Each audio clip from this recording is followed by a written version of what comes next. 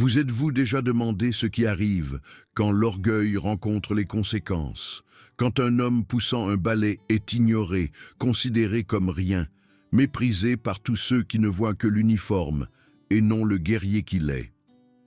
Dans l'établissement d'entraînement le plus huppé de Houston, un combattant décoré nettoyait les sols tandis qu'un entraîneur célèbre sur Instagram bâtissait un empire sur l'arrogance. L'entraîneur y voyait une faiblesse. Il y voyait une occasion d'humiliation.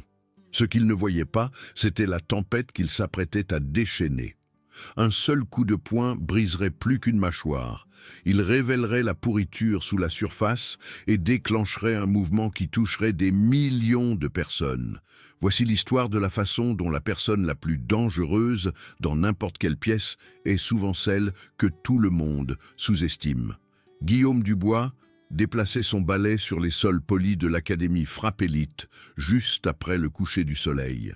À 42 ans, ses mains racontaient des histoires, des phalanges qui avaient connu des milliers d'impacts, des doigts qui enroulaient le sparadrap avec une mémoire musculaire, des paumes calleuses après des années à entraîner d'autres à survivre. Mais ce soir-là, ses mains ne tenaient que des produits de nettoyage. L'Académie occupait le dernier étage d'un entrepôt réaménagé au centre-ville de Houston, avec ses briques apparentes et ses baies vitrées. Un éclairage néon baignait tout de teinte bleu électrique. C'était là que des millionnaires de la tech payaient des tarifs exorbitants pour apprendre le combat auprès de personnalités des réseaux sociaux qui n'avaient jamais mis les pieds dans une vraie cage. Didier Leroy régnait sur ce domaine.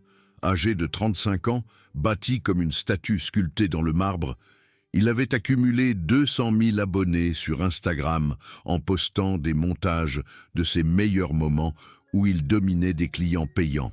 Son véritable palmarès de combattant se résumait à 3 combats amateurs, tous perdus, mais ses élèves l'ignoraient. Ils ne connaissaient que l'image qu'il projetait.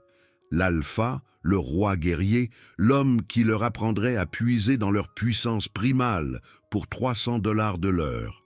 Guillaume gardait la tête baissée, tandis que la voix de Didier résonnait dans l'établissement.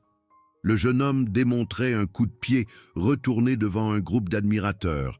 Ses mouvements étaient tape à l'œil, mais techniquement incorrects. Guillaume le remarquait. Des années de véritable entraînement rendaient cela impossible à ignorer, mais ne disait rien. Il avait appris le silence au cours des 3 dernières années. Dubois. Le cri de Didier transperça la musique électronique pulsant des haut-parleurs au plafond. Tu as manqué un endroit. Juste ici. Il montra une section du sol que Guillaume avait nettoyée quelques minutes auparavant. Guillaume s'approcha avec son balai. Avant qu'il ne puisse réagir, le pied de Didier frappa son dos, le faisant trébucher en avant. Le seau se renversa, l'eau se répandant sur le sol immaculé. Des rires se propagèrent parmi les élèves qui regardaient, les téléphones se levant pour immortaliser l'instant. Peut-être que si tu te concentrais sur ton vrai travail, au lieu de regarder de vrais athlètes s'entraîner, tu ferais ça correctement du premier coup, dit Didier, assez fort pour que tout le monde entende. Il insista sur le mot « vrai » d'une manière qui rendait son sens clair. Tu n'es pas des nôtres, tu ne le seras jamais.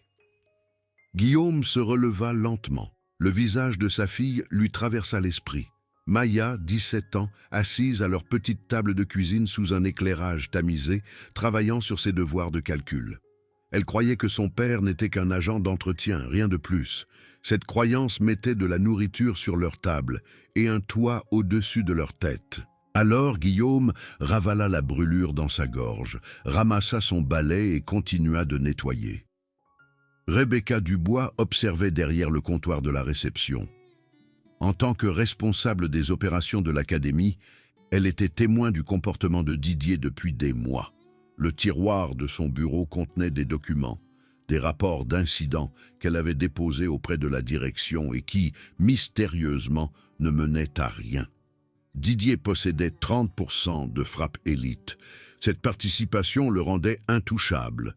Mais il y avait quelque chose chez Guillaume qui la troublait, sa façon de bouger, même en poussant un chariot de fourniture. la façon dont il positionnait ses pieds, maintenant l'équilibre sans y penser, la façon dont ses yeux suivaient les mouvements avec la précision de quelqu'un qui avait passé des années à lire ses adversaires. L'entraîneur Rivera le remarqua aussi. Ce vétéran mexicain enseignait les sports de combat depuis 3 décennies. Il avait vu des milliers de combattants, pouvait repérer les vrais instantanément. Quelque chose dans la posture de Guillaume, le positionnement défensif inconscient de ses épaules, la façon dont ses mains formaient naturellement des points corrects quand il pensait que personne ne regardait, tout cela criait l'entraînement professionnel. Cette nuit-là, après que l'établissement fut vide, Rivera trouva Guillaume devant les miroirs pleine longueur. L'agent d'entretien exécutait des enchaînements au ralenti, chaque frappe s'enchaînant à la suivante avec une précision exemplaire. Direct, crochet, uppercut. Les mouvements étaient nets, économiques, dévastateurs. Rivera s'éclaircit la gorge. Guillaume se figea. « Depuis combien de temps ?» demanda simplement Rivera. Les épaules de Guillaume s'affaissèrent.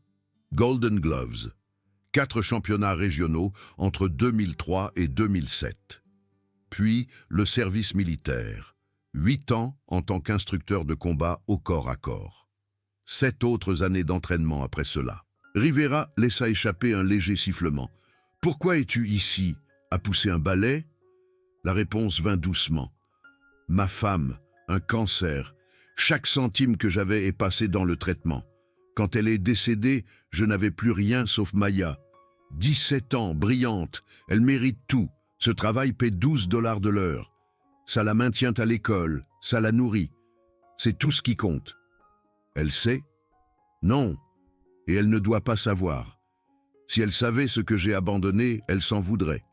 Mieux vaut qu'elle pense que je suis juste son père qui nettoie les sols. » Rivera étudia l'homme devant lui. Didier ne sait pas à qui il a affaire. « Et il ne le saura pas, » répondit fermement Guillaume. « J'ai juste besoin de garder ce travail. » Mais le destin en avait décidé autrement. 3 jours plus tard, Didier entraînait Justin, son élève vedette, le fils d'un entrepreneur en technologie qui venait de perdre un tournoi amateur à cause d'une mauvaise technique défensive. Didier démontrait une défense contre étranglement, mais sa forme était incorrecte, dangereusement incorrecte. Guillaume passait la serpillière à proximité. Les mots lui échappèrent avant qu'il ne puisse les retenir. « Ça va le blesser !» La musique s'arrêta. Toutes les têtes se tournèrent. Le visage de Didier devint cramoisi. « Qu'est-ce que tu viens de dire ?»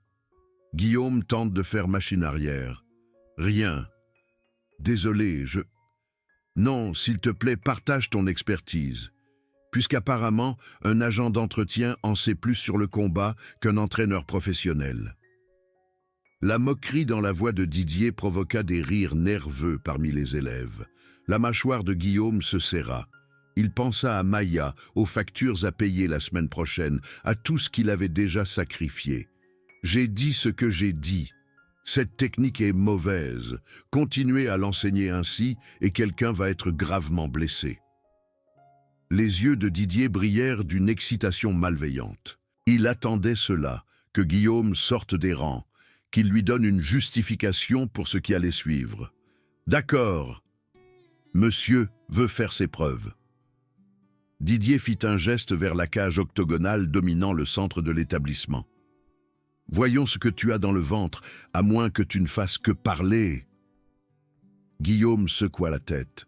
« Je suis ici pour travailler, pas pour me battre. » « Alors admets que tu n'es qu'un agent d'entretien qui parle de choses qu'il ne comprend pas. » Le piège était parfaitement tendu, refuser et être humilié, accepter et tout risquer. Mais quelque chose dans le visage narquois de Didier, dans la façon dont il avait passé 3 ans à rabaisser Guillaume, fit prendre la décision. « D'accord, un round. » Les élèves se précipitèrent pour former un cercle autour de la cage. Des téléphones surgirent de partout. Ce serait de l'or en barre pour le contenu. Didier l'alpha remettant un employé insolent à sa place. Rebecca Dubois saisit son propre téléphone, mais pour des raisons différentes. Elle documentait quelque chose de tout autre. Ils entrèrent dans la cage. Didier rebondissait sur la pointe des pieds, jouant pour son public. Guillaume restait immobile, les mains le long du corps, le visage calme. Cette immobilité fit sourire Rivera depuis les coulisses. Il la reconnaissait. Le calme avant la violence contrôlée. « 3 minutes, annonça Didier. Quand je te mets KO, tu démissionnes. Ce soir. Clair ?» Guillaume ne répondit pas. Il respirait profondément, se recentrant. 15 ans d'entraînement lui avaient appris la patience. 3 ans d'humiliation lui avaient appris le contrôle. Ensemble, ils avaient fait de lui quelque chose que Didier ne pouvait pas comprendre. Didier chargea en avant avec un coup de poing circulaire désordonné, le même mouvement télégraphié qu'il enseignait à ses élèves, tout en puissance et sans précision. Guillaume l'esquiva de quelques centimètres, le poing passant inoffensivement à côté de sa tête. Didier frappa de nouveau. Guillaume esquiva, rendant cela sans effort. L'énergie de la foule changea, cela ne se passait pas comme prévu. Didier se jeta en avant avec un coup de pied. Guillaume esquiva latéralement. Son jeu de jambes était parfait. Il ne ripostait pas. Il se contentait de bouger, faisant courir Didier après des ombres. 30 secondes plus tard, Didier respirait déjà fort, la frustration augmentant. « Reste immobile !» cria Didier. « Ce n'est pas comme ça que fonctionne le combat !» répondit doucement Guillaume. La rage remplaça la stratégie. Didier lança tout ce qu'il avait. Crochet, uppercut, combinaison désordonnée. Guillaume les évita tous, les mains toujours le long du corps, démontrant le vaste fossé qui les séparait sans placer un seul coup. Les élèves regardaient dans un silence stupéfait. Justin murmura à la personne à côté de lui. L'agent d'entretien fait passer l'entraîneur pour un idiot. Rivera hocha la tête d'un air approbateur. Il donne une leçon. Il montre la différence entre la performance et la compétence. 2 minutes plus tard, Didier était épuisé. Sa technique s'était dégradée en simple coup de bras, sa défense complètement abandonnée. Guillaume décida qu'il était temps d'en finir. Il s'avança à portée. Didier vit une ouverture, armant un énorme coup de poing descendant du bras droit, y mettant tout son poids, le même coup avec lequel il avait mis KO d'innombrables élèves quand ils ne se défendaient pas correctement. Guillaume attendit le dernier moment possible. Alors que le poing de Didier descendait, il pivota légèrement, inclinant son corps, et lança un unique crochet gauche. La précision était chirurgicale, parcourant la distance la plus courte, atterrissant avec un timing parfait sur la mâchoire de Didier, précisément là où réside la puissance de KO. Le son résonna dans l'établissement comme un coup de feu. Les yeux de Didier se révulsèrent avant que ses genoux ne cèdent. Il s'effondra en un tas, inconscient avant de toucher le tapis. Silence, un silence absolu. Puis le chaos éclata. Les élèves criaient, les téléphones capturaient tout. Rebecca appuya sur enregistrer sur son propre appareil. Guillaume se pencha immédiatement pour vérifier la respiration de Didier, s'assurant qu'il allait bien. Ce simple geste, la préoccupation pour un homme qui l'avait tourmenté, en disait long sur qui Guillaume était vraiment. Didier reprit connaissance après 30 secondes, confus et humilié. La première chose qu'il vit fut le visage de Guillaume au-dessus de lui, vérifiant s'il était blessé. La deuxième chose qu'il vit fut 50 téléphones pointés sur eux deux. « Ça va ?» demanda Guillaume sincèrement. Didier le repoussa, se redressant tant bien que mal. Son royaume s'était effondré devant tout le monde. La vidéo serait partout en moins d'1 heure.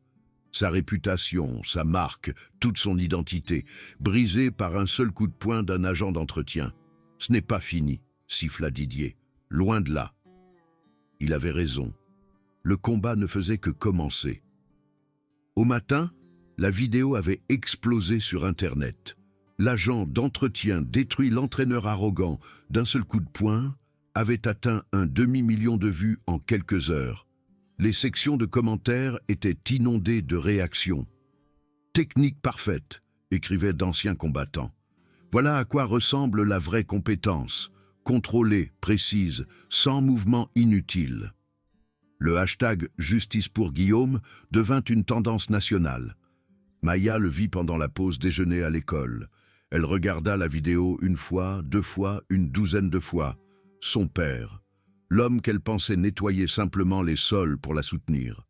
Bougeant comme un professionnel, frappant avec une précision dévastatrice, puis montrant immédiatement de la compassion pour son adversaire tombé.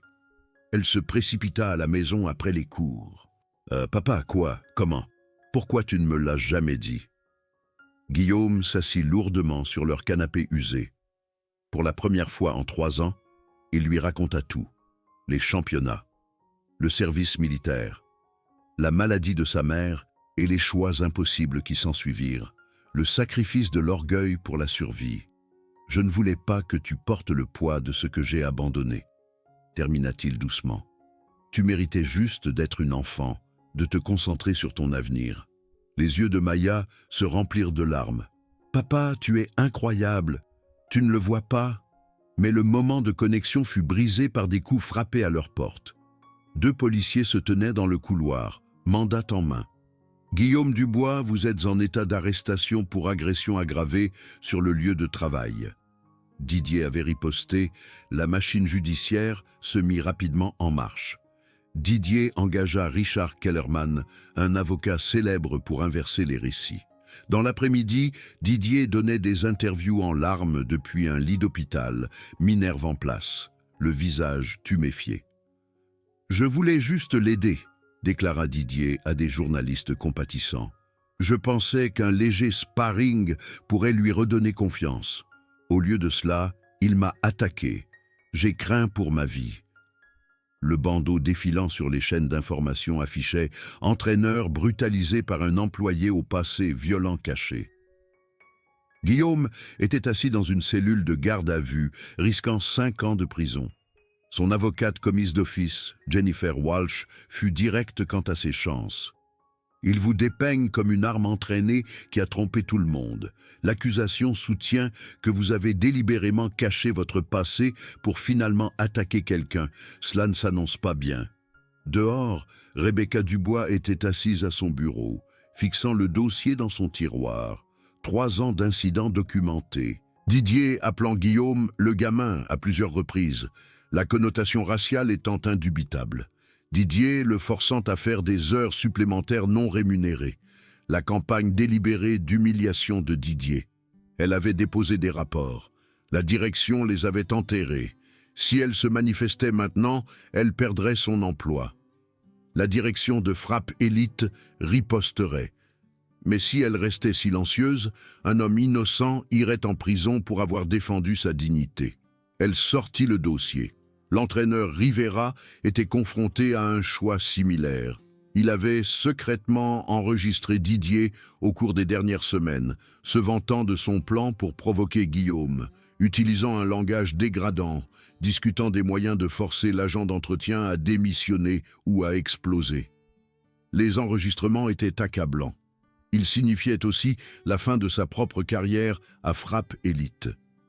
Il regarda les fichiers audio sur son téléphone, puis la couverture médiatique montrant Guillaume menotté. La décision s'imposa d'elle-même. La salle d'audience était bondée pour les plaidoiries d'ouverture. Didier était assis à la table du plaignant, portant sa Minerve comme un déguisement, le visage affichant une souffrance étudiée. Guillaume était assis à côté de Jennifer Walsh, les mains jointes, l'expression calme malgré tout. Kellerman commença avec un flair théâtral. « Mesdames et messieurs, cette affaire est simple. Mon client a essayé d'aider un employé en difficulté. Cet employé, un combattant entraîné qui a dissimulé son passé dangereux, a répondu avec une violence dévastatrice. Guillaume Dubois n'est pas une victime. C'est un prédateur qui a finalement révélé sa vraie nature. » La galerie murmura. Didier baissa la tête, jouant son rôle à la perfection. Jennifer se leva pour la défense. Sa voix n'était pas aussi polie, mais elle portait la conviction. Ce que vous verrez en réalité, c'est 3 ans d'abus systématiques. un homme endurant la dégradation pour soutenir sa fille. Et lorsqu'il a finalement été défié publiquement, il s'est défendu dans un combat équitable que son agresseur a exigé. Ce n'est pas une agression, c'est la justice. Le premier jour de témoignage se déroula mal pour Guillaume. Didier monta à la barre avec une performance digne d'un Oscar. Sa voix se brisa en décrivant l'attaque non provoquée. Il s'essuya les yeux en racontant sa terreur lorsque le coup de pleine puissance de Guillaume l'avait laissé inconscient. « Je ne me sentirai plus jamais en sécurité près de lui », conclut Didier, la voix brisée. Le contre-interrogatoire de Jennifer ne gagna que peu de terrain. Didier s'était bien préparé, esquivant les questions sur son traitement de Guillaume avec une confusion bien rodée. « Je ne me souviens d'aucun incident de ce genre. J'ai traité tous les employés avec respect. » À la fin de la journée, les sympathies du jury penchaient clairement vers Didier. Rebecca et Rivera étaient assis dans la galerie, tous deux sachant ce qu'ils devaient faire, mais terrifiés par les conséquences. Cette nuit-là, Rebecca approcha Jennifer dans le couloir du tribunal. Les mains tremblantes, elle lui présenta le dossier. 3 ans de documentation, les abus de Didier, le langage raciste, le harcèlement délibéré. La haute direction a tout enterré à cause de sa participation au capital. Les yeux de Jennifer s'écarquillèrent, tandis qu'elle feuilletait des pages de rapports d'incidents, de chaînes d'emails et même des plaintes écrites d'autres membres du personnel qui avaient été témoins du comportement de Didier. « Cela change tout », murmura Jennifer. Rivera les trouva quelques minutes plus tard. Il tendit une clé USB. Enregistrements audio. Didier discutant de son plan pour provoquer Guillaume, utilisant des insultes raciales, se vantant de le briser, tout étant rodaté. Tous trois se tenaient dans le couloir vide, détenant des preuves qui allaient soit sauver Guillaume, soit détruire leur propre vie. « Nous le faisons », dit fermement Rebecca, « quel qu'en soit le prix. » Le 3e jour du procès s'ouvrit différemment. Jennifer demande la permission d'introduire de nouvelles preuves. Le juge, notant des irrégularités dans le témoignage de Didier, l'autorisa. L'écran de la salle d'audience s'illumina avec les rapports d'incidents de Rebecca. Page après page d'abus documentés. Didier appelant Guillaume le gamin devant des témoins. Didier détruisant délibérément le travail de Guillaume et le forçant à le refaire. Didier frappant physiquement Guillaume à plusieurs reprises.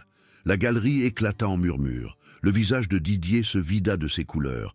Puis l'audio fut diffusé. La voix enregistrée de Didier remplit la salle d'audience, dégoulinante de mépris. « Je vais pousser ce vieux fou jusqu'à ce qu'il craque. Quand il perdra enfin le contrôle, j'aurai tout ce qu'il me faut pour me débarrasser de lui. Il n'a pas sa place à Frappe Élite. Les gens comme lui n'en ont jamais. » Les expressions du jury changèrent instantanément. Plusieurs membres s'adossèrent, les bras croisés, les yeux durs. Jennifer appela Rebecca à la barre. La voix de la responsable tremblait, mais resta ferme alors qu'elle détaillait 3 années à regarder Didier abuser systématiquement de Guillaume et d'autres. « J'ai tout signalé. La direction l'a ignoré parce que Monsieur Leroy possède une partie de l'entreprise. J'ai tout documenté parce que je savais qu'un jour cela compterait. » « Et pourquoi vous manifestez-vous maintenant ?» demanda Jennifer. « Parce que j'en ai assez de voir des gens bien souffrir pendant que les tyrans prospèrent. Parce que mon travail ne vaut pas qu'un homme innocent aille en prison. Parce que quelqu'un doit se lever. » Rivera témoigna ensuite, apportant un contexte professionnel. « J'ai entraîné des combattants pendant 30 ans. Guillaume Dubois a une meilleure technique que la plupart des professionnels que j'ai vus. Pendant ce combat, il se retenait considérablement. S'il avait utilisé toute sa puissance, Monsieur Leroy ne serait pas assis ici aujourd'hui. Ce coup de poing final a été précisément calculé pour mettre fin à la confrontation sans causer de blessures graves. Ce n'est pas une agression, c'est un contrôle d'expert. » L'atmosphère s'était complètement inversée. Les membres du jury qui avaient sympathisé avec Didier le regardaient maintenant avec dégoût. Didier ne put se contenir. Pendant que Rivera témoignait, il se leva d'un bond. « C'est n'importe quoi. Ce vieil homme m'a humilié devant mes élèves. Il a détruit ma réputation. Il devrait être en prison, là où est sa place. Le marteau du juge retentit comme le tonnerre. Monsieur le roi, asseyez-vous immédiatement, ou je vous déclarerai coupable d'outrage à la cour. Mais Didier était au-delà de la raison, le masque glissant, enfin. Les gens comme lui sont censés connaître leur place. Je lui ai donné un travail, et c'est comme ça qu'il me rembourse, en me faisant passer pour un idiot. Monsieur le roi! La voix du juge monta brusquement. Didier l'ignora, la voix montant en un cri. C'est moi la victime ici. C'est moi qui ai souffert. Il aurait dû rester à genoux là où est sa place. La galerie haleta. Plusieurs membres du jury reculèrent invisiblement. Même Kellerman essayait frénétiquement de tirer son client pour le rasseoir. Didier sembla réaliser ce qu'il avait dit. La salle d'audience venait d'être témoin de tout ce que les preuves suggéraient. L'arrogance, les préjugés, la cruauté calculée, se déversaient en temps réel. Jennifer n'eut même pas besoin de faire une plaidoirie finale. Le jury avait vu la vérité. Guillaume monta à la barre cet après-midi-là. Son témoignage fut simple, direct, dévastateur dans son honnêteté. J'étais champion des Golden Gloves. J'ai entraîné des soldats au combat. J'ai tout abandonné quand ma femme est tombée malade. Après sa mort, tout ce qu'il me restait, c'était ma fille et mes mains. Alors j'ai pris le seul travail qui la maintiendrait à l'école et mettrait de la nourriture sur notre table. Pendant 3 ans, Monsieur le roi m'a humilié quotidiennement, parce qu'il savait que je ne riposterais pas. J'avais trop besoin de ce travail. Quand il m'a défié publiquement, j'aurais pu refuser. Mais j'avais passé 3 ans à le regarder enseigner des techniques dangereuses à des élèves qui lui faisaient confiance. J'avais passé 3 ans à être dégradé pour son amusement. Alors j'ai accepté, et j'ai combattu avec retenue, parce que je ne suis ni un voyou ni un prédateur. Je suis un père qui sait utiliser la force de manière responsable. Il regarda directement le jury.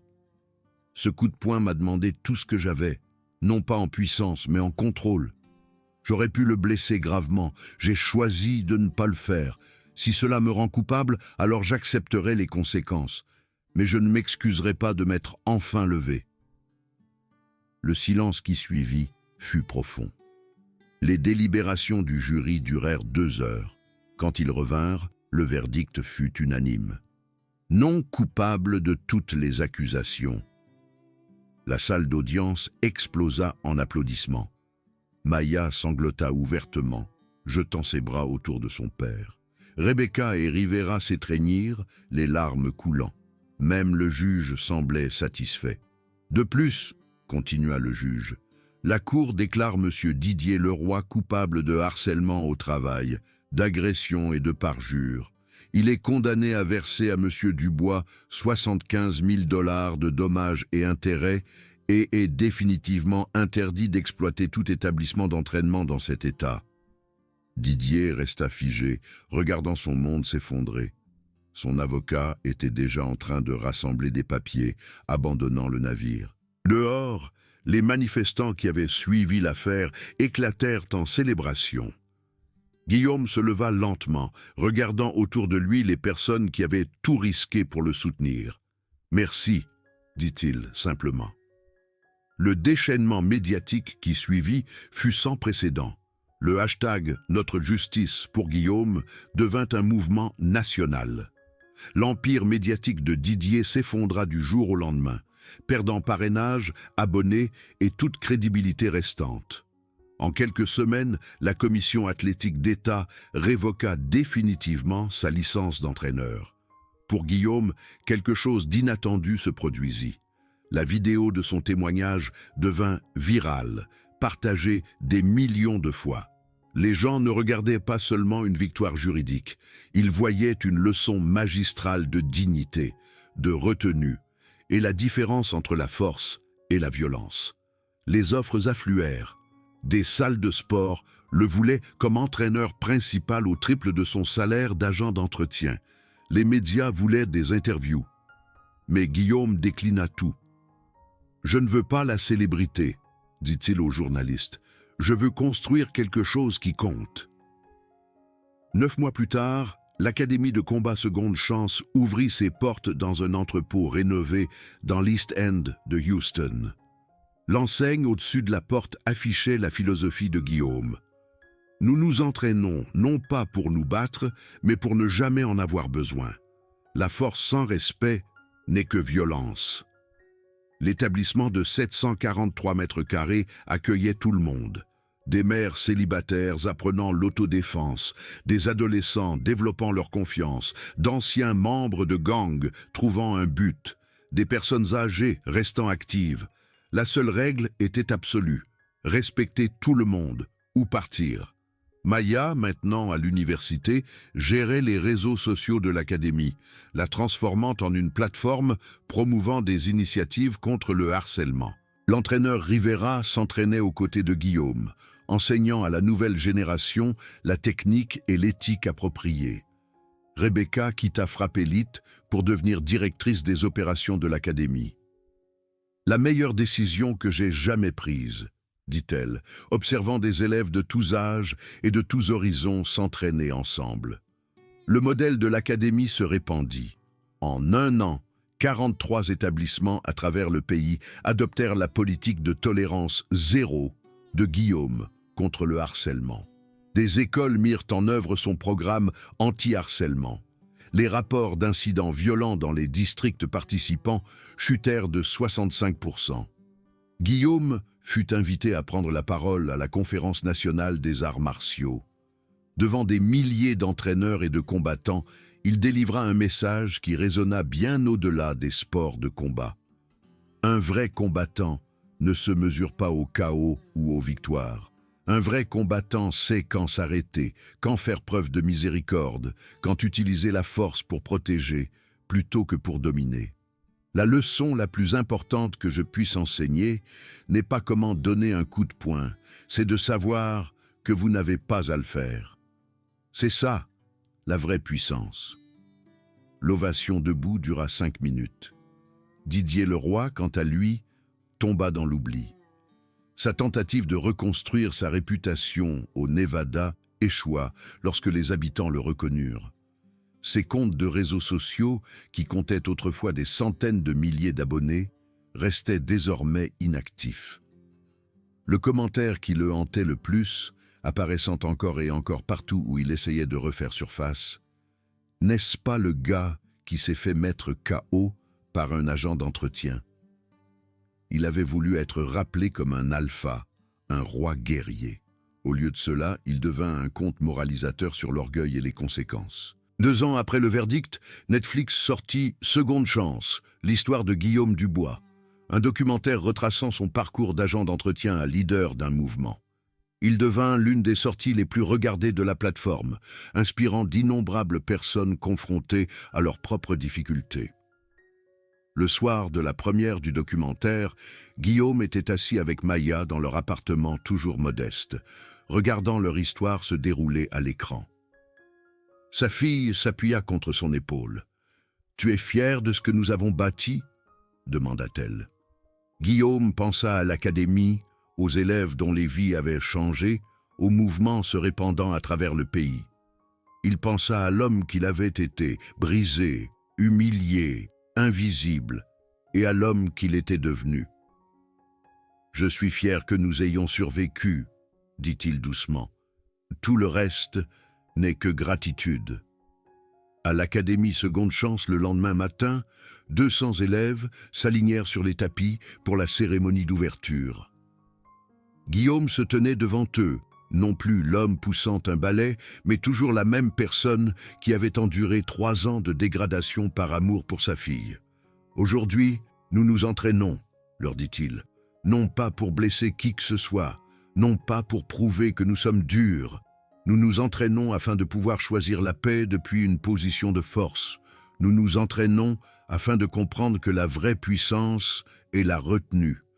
Nous nous entraînons afin que personne n'ait plus jamais à se sentir insignifiant. » Les élèves répondirent à l'unisson, les voix résonnant à travers l'entrepôt. « Respect, dignité, défense. » Guillaume sourit, pensant à tout ce qui avait mené à ce moment, l'humiliation qui avait forgé le caractère, le chaos qui avait déclenché la justice, le procès qui avait prouvé que la vérité compte, le mouvement qui avait changé des vies.